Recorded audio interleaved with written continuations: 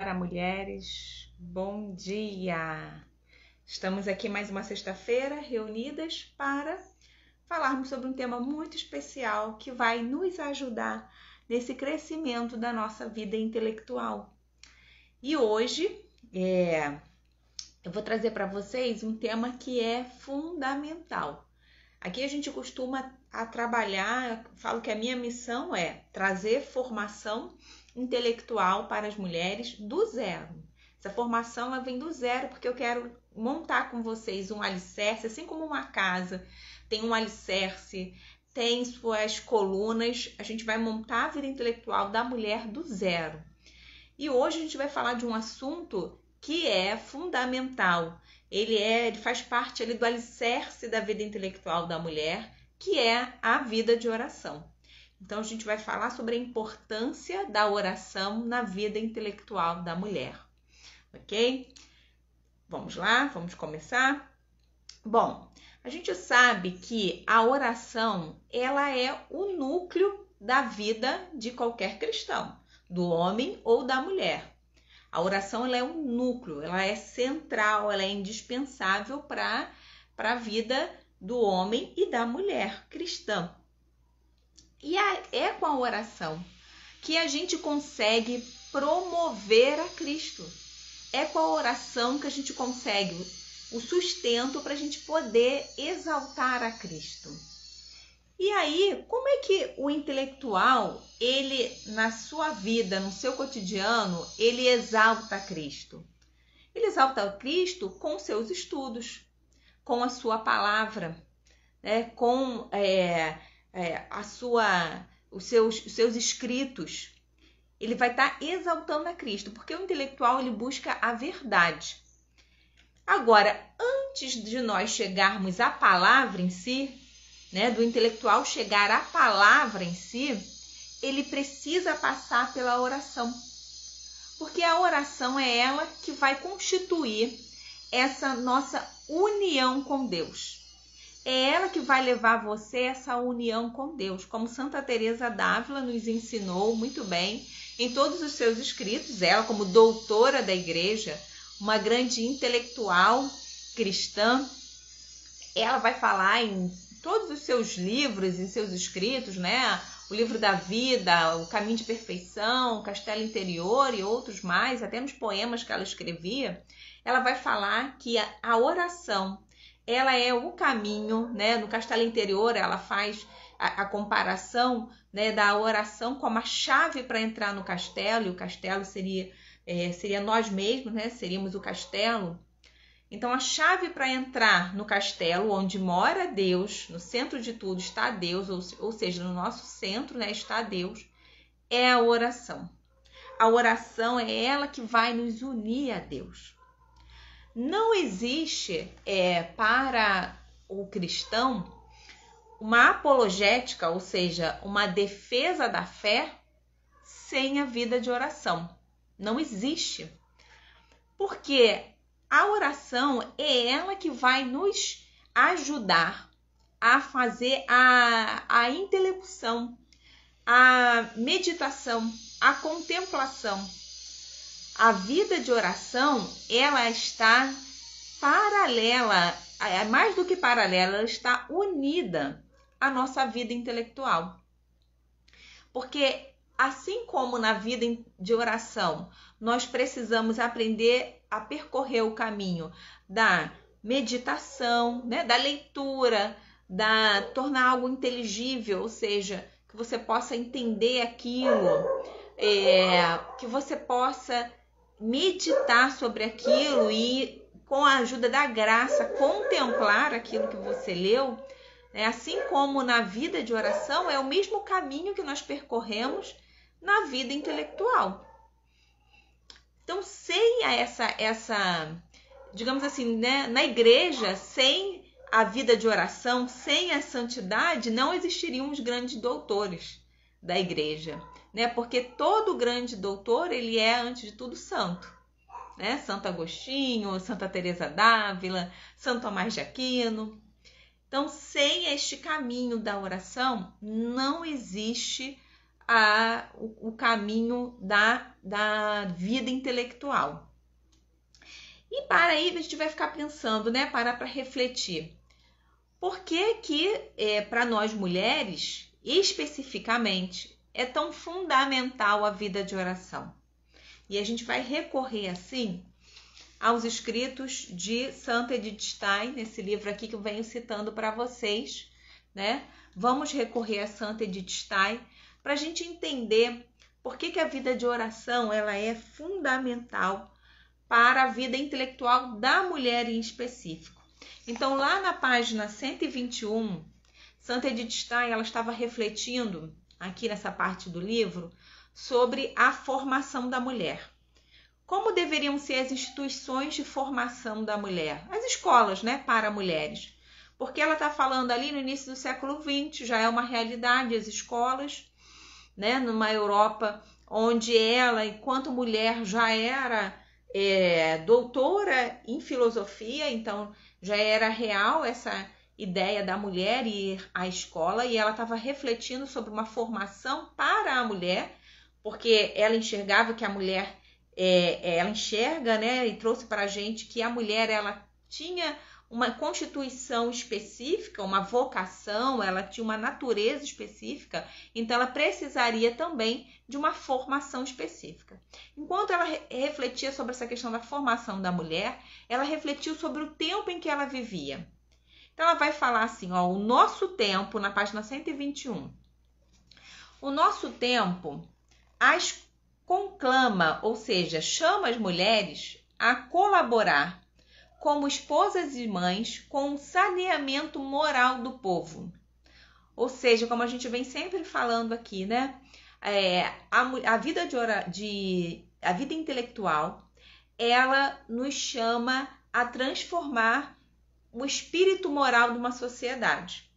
Então, e isso é muito mais forte e presente na mulher. Por quê? Porque a mulher tem esse chamado à formação. E aí, Santa Edith Stein vai reiterar isso, reafirmar isso, quando ela fala que as mulheres elas são conclamadas a esse saneamento moral do povo. Deseja-se que elas preparem o caminho para o céu. Veja, como é que a gente prepara o caminho para o céu sem vida de oração? Não tem como. Então, nós precisamos preparar esse caminho para o céu através da vida de oração e da vida intelectual juntas, aliadas. Ela ainda fala mais. Há a necessidade, portanto, de mulheres que possuam conhecimento de vida. Hoje, nós perdemos esse elo do conhecimento de vida. Antigamente, não tem tanto tempo assim, as mães passavam muitos ensinamentos de conhecimento de vida para suas filhas.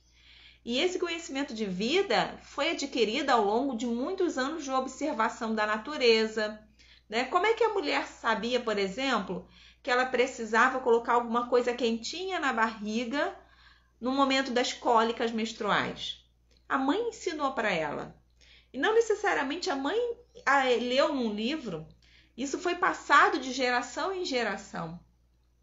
Então, hoje, nós estamos perdidos nessa passagem de ensinamento de geração em geração.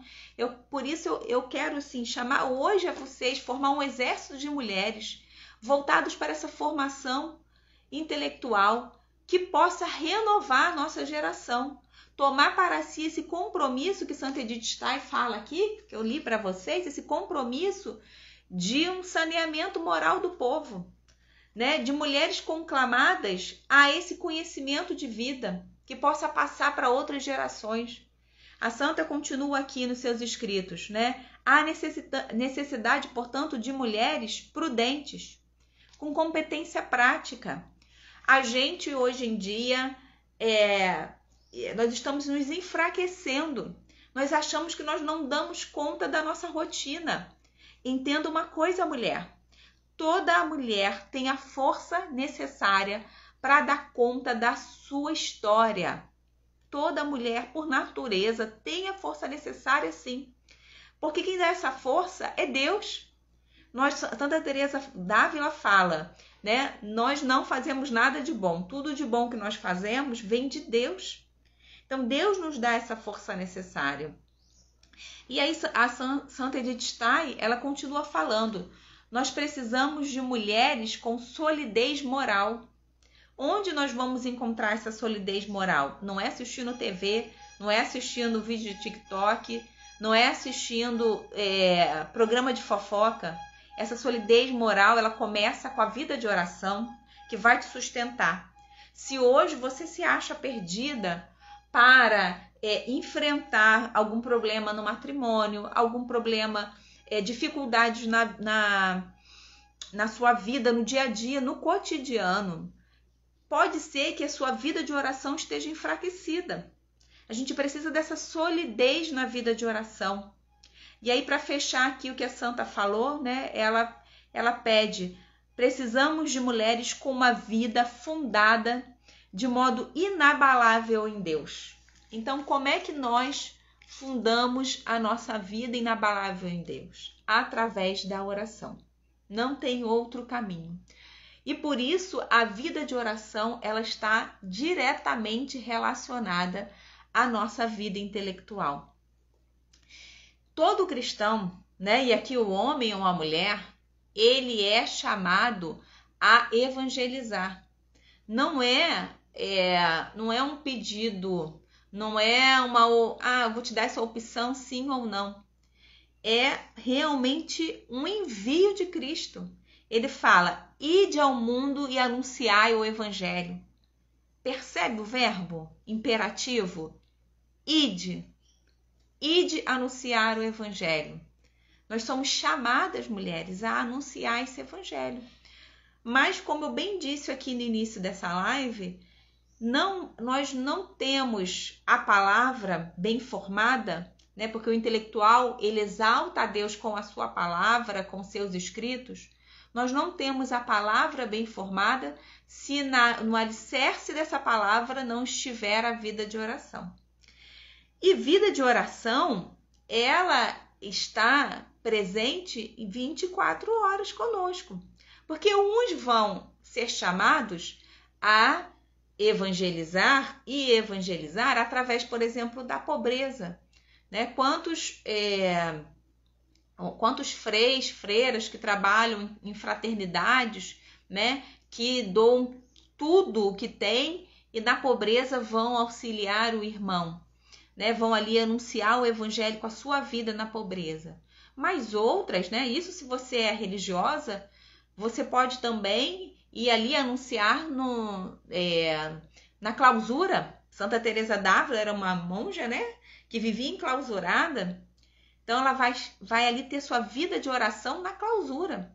Mas outras mulheres, e eu acredito que somos maioria aqui quando eu falo isso, são chamadas à vida de oração no estado em que se encontram. Seja esse estado matrimonial, seja na vida religiosa, né? Esse estado em que elas se encontram, seja que elas tenham dedicado a sua vida, mesmo que não seja matrimonial, mas dedicado a Deus numa comunidade, enfim. Nós temos a nossa vida de oração no dia a dia. O que é vida de oração? Vida de oração não é só aquele momento em que você está ajoelhado em frente ao sacrário. Vida de oração é 24 horas você buscar se afastar do pecado e se aproximar de Deus. Isso é vida de oração. É assim que nós vivemos a oração 24 horas por dia. Oferecendo nós, por exemplo, mulheres casadas com filho, cuidando da casa, oferecendo aquela louça que você está lavando em honra e sacrifício a Deus, né? Oferecendo aquela criança que você está banhando em honra e sacrifício a Deus, oferecendo aquele seu trabalho, aquele bom dia que você dá para aquele seu colega de trabalho que está emburrado lá, sabe Deus a história dele, né? Isso é vida de oração. A vida de oração, ela é de oração vocal também. É um Pai Nosso, é uma Ave Maria, é o terço que nós rezamos. Meditamos o terço, que a gente está meditando ali nas passagens bíblicas. Mas a vida de oração é no nosso dia a dia também. Né? A gente pode ter vida de oração no silêncio. Vida de oração rezando por aqueles que pedem para que rezem por eles. Isso é vida de oração. Então, a vida intelectual, ela está intimamente ligada à vida de oração, porque o intelectual, ele é um consagrado. Ele é chamado a doar a vida àquele estudo. Ele estuda para amar o outro. Eu quando falei para vocês sobre as transformações que a vida de intelectual traz para a pessoa, eu falei isso. Santo Agostinho nos fala. Por que estudar? Estudar para amar. Então, quando você está lendo sobre alguma questão da vida matrimonial para edificar o seu casamento, você está estudando para amar. Então, a vida intelectual, ela está intimamente ligada a esse gesto de amar. E a gente ama a Deus, a gente encontra a Deus de forma íntima na oração, né? É o primeiro passo.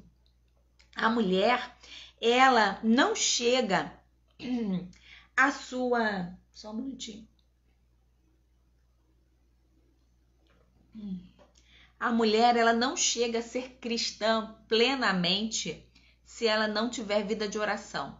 É na vida de oração que ela vai fazer frutificar aquelas virtudes que ela recebeu no seu batismo, as virtudes teologais da fé, esperança e caridade.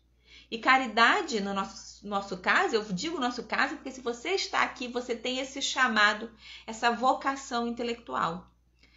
E a nossa caridade, ela é intelectual. A gente está vivendo agora, né, no tempo da quaresma. Esse tempo em que nós somos chamados a a viver a prática da caridade. A caridade, ela pode ser, sim, a caridade intelectual. Nós somos chamados a essa caridade. Então, para a gente viver plenamente esse chamado, né, para clarificar a doutrina, nós somos, por exemplo, os primeiros catequistas dos nossos filhos.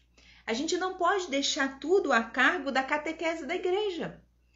Nós somos chamados, a mulher nesse chamado, à formação, e quais são os primeiros que nós formamos? Os nossos filhos.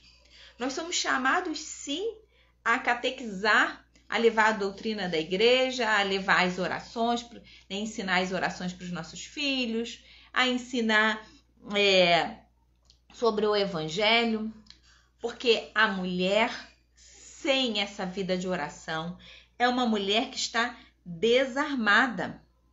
Ela está desarmada, a alma dela está em perigo, porque antes mesmo, na vida intelectual, de nós usarmos a palavra, antes de usarmos a palavra como arma, os argumentos como arma, porque o Espírito Santo sopra onde quer, né? Antes mesmo de nós usarmos então a palavra como arma, a nossa principal arma é a vida de oração. Porque em um dado momento, quando Jesus envia seus discípulos, o que ele fala? Né? Não se preocupe com o que você tem que falar, porque o Espírito ele vai conduzir. Então, a gente não precisa estar preocupado com o que vai falar inicialmente se nós estamos em vida de oração. É claro que o Espírito Santo ele é organizado. Isso eu aprendi com a Ângela Ábido, quando eu fazia parte do movimento das Mães que Oram. O Espírito Santo ele é organizado. O movimento era um movimento muito bem organizado. Então, a gente tinha um encontro e eu fazia parte da formação, né? Eu dava formação lá no movimento e nós tínhamos um encontro muito bem padronizado, organizado. Tudo que era feito a gente precisava remeter a uma coordenação regional, estadual, uma coordenação do país, porque o Espírito Santo ele precisa dessa ordem para elucidar a nós mesmos, tá? Mas sem essa oração a gente não consegue desenvolver essa arma da palavra, do argumento. Eu recebi caixinhas das pessoas falando assim: eu tenho uma memória muito ruim, eu não consigo guardar nada. Né? Não se preocupe com a questão. A memória a gente pode trabalhar sim. Técnicas para trabalhar a memória. Mas vai além disso. É argumento. E o argumento, quem nos traz esse argumento, quem nos prepara, é Deus. né? Aqui a Luísa estava colocando, né? A ordem é muito importante. É verdade. A virtude da ordem, a gente falava isso na live passada, né? Quando a gente falava sobre a organização da vida para a vida de estudos. A virtude da ordem é muito importante. O próprio, assim, Deus ele é muito pedagógico. O próprio Espírito Santo ele é ordenado para nos ensinar essa ordem. Não é mesmo? Então, assim, se você está aqui, você tem esse chamado à vida intelectual, sim. Você tem esse chamado, mais do que isso, você tem uma obrigação de empunhar a arma do argumento dos livros. Você tem essa obrigação do estudo. Mas não se esqueça, esses argumentos, né, todas as leituras do mundo, todos os estudos, todos os cursos que sejam, todos eles, sem a base da oração, né, pode virar, sabe o quê? Vaidade. Como a gente vê, por exemplo, no ambiente universitário, intelectuais vaidosos. Aquele intelectual que a arma dele é o argumento pelo argumento, não é o argumento pela verdade. Então, a gente tem que ter muito cuidado. Quando a gente começa a estudar e começa a estudar muito, ler muito, né, esses argumentos eles podem virar vaidade. Eles podem virar arrogância. Como a gente vê, né, pessoas inteligentíssimas que poderiam estar ajudando o outro com seu estudo, amando com seu estudo, como Santo Agostinho fala. Mas são arrogantes. Porque o conhecimento, a razão, ela foi muito bem usada. A gente sabe que a gente precisa do uso da razão para tornar as coisas inteligíveis, entendíveis, né? Mas isso pode virar arrogância, curiosidade. E é que a gente faz o contraponto, né? Do latim, né? O curiositas vezes o estudiositas.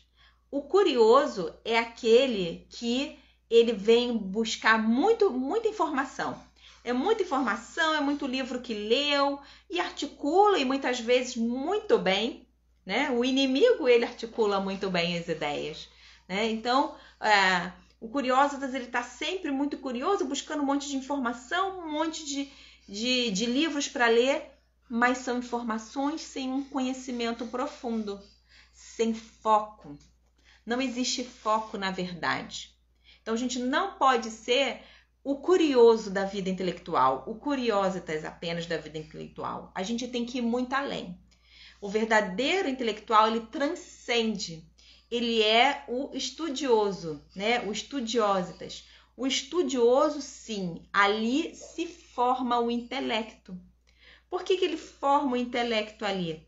Porque ele tem um estudo focado na meditação, buscando, né, quiçá, quem sabe, a contemplação daquele estudo. E assim como na vida de oração, nós buscamos essa meditação e aguardamos na graça essa contemplação daquilo que nós oramos, na vida intelectual é a mesma coisa, é o mesmo caminho. A vida de oração é um caminho pedagógico para a nossa vida intelectual. E esse chamado é seu. Abraça esse chamado, né? Acredita nesse chamado. Se organize assim como o Espírito Santo é organizado para essa vida intelectual. Abrace, né? Se entregue a ela nos seus momentos, se organize para ela. Tá bom? Então eu queria pedir a vocês, né, que se essa live ela fez sentido, clica aqui nessa gaivota e compartilha com outras mulheres. Vamos formar um exército de mulheres estudiosas, né? Um exército de mulheres que com os seus estudos, assim como Santo Agostinho fala, venham amar o outro. Combinado? Então, um grande dia para vocês, um ótimo final de semana. A gente se encontra aqui no perfil, né, com mais indicações para vocês de leituras, essa formação da nosso alicerce intelectual, dos grandes pilares. A gente vai muito além. E eu quero contar com vocês. Um grande abraço, fiquem com Deus.